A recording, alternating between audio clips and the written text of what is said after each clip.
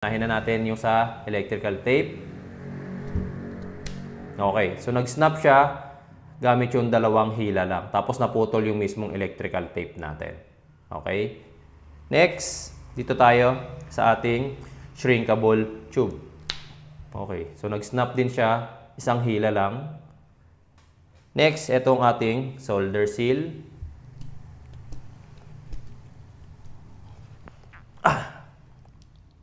Meron tayo ditong electrical tape, shrinkable tube, tsaka solder seal. Ginagamit ang mga to bilang insulation sa mga wirings natin sa mga sasakyan, pwede rin sa bahay. So ngayong araw na to is gagawa tayo ng demonstration kung ano ba yung magandang gamitin sa kanilang tatlo, ano yung mas matibay, tsaka ano yung mas practical.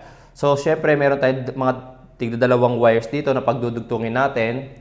Pare-pareho rin ang gagawin natin na splice sa kanila para makita natin kung talagang matibay.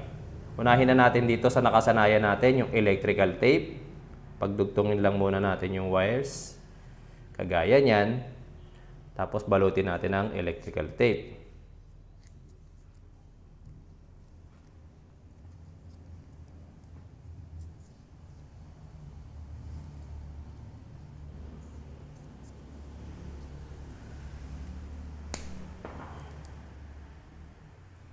Ito yung wire na pinagbalutan natin gamit ang electrical tape.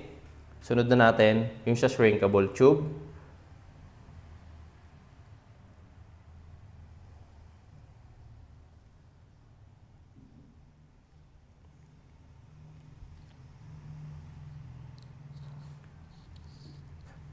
Sa paggamit ng shrinkable tube, gumagamit dito tayo ng heat gun o kaya lighter para painitan yung ating shrinkable tube kagaya niyan. Painitan nyo yan ng husto hanggang sa kumapit siya dun sa wire, pero huwag nyo masyadong paiinitan kasi masusunog tsaka mabubutas yung ating shrinkable tube. Okay? Then lastly, dito na tayo sa ating solder seal.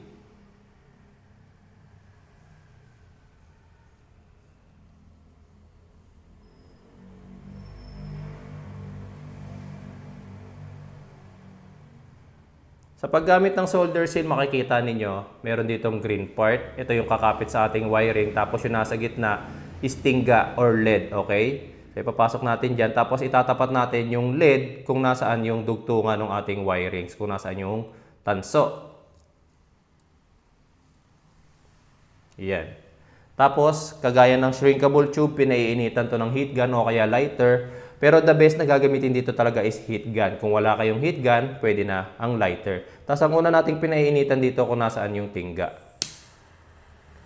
Pag pinainitan nyo ang solder seal, make sure lang mga bossing na hindi masyadong lumapit yung apoy sa solder seal kasi masusunog naman yung kanyang insulation. Kailangan lang una is matunaw natin yung solder, yung pinakatingga.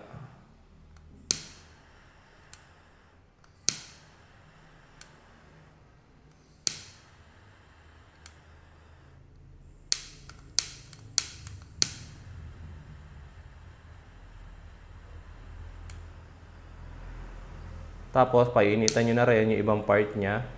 Kagaya niyan.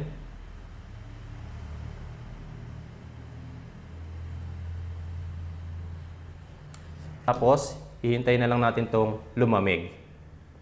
After natin mapagdugtong yung mga wires gamit yung iba't iba nating mga materials, ito ngayon titignan natin kung gaano sila katitibay. Unahin na natin yung sa electrical tape. Okay, so nag-snap siya gamit yung dalawang hila lang. Tapos naputol yung mismong electrical tape natin. Okay? Next, dito tayo sa ating shrinkable tube.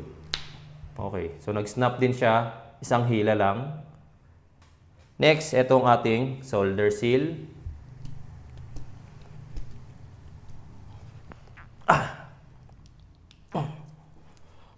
Ayun.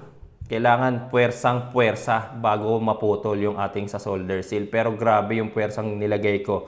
Ganun siya katibay.